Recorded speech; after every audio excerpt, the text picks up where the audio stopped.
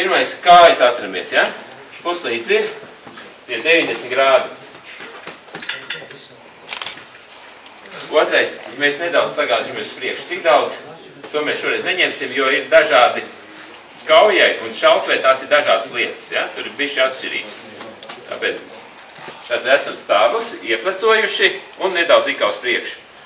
Un te vismaz 2 cm.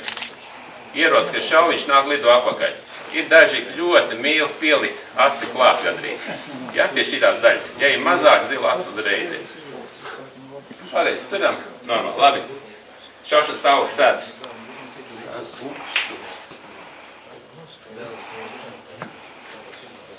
90 grādi ir, tas būtu normāli. Ja?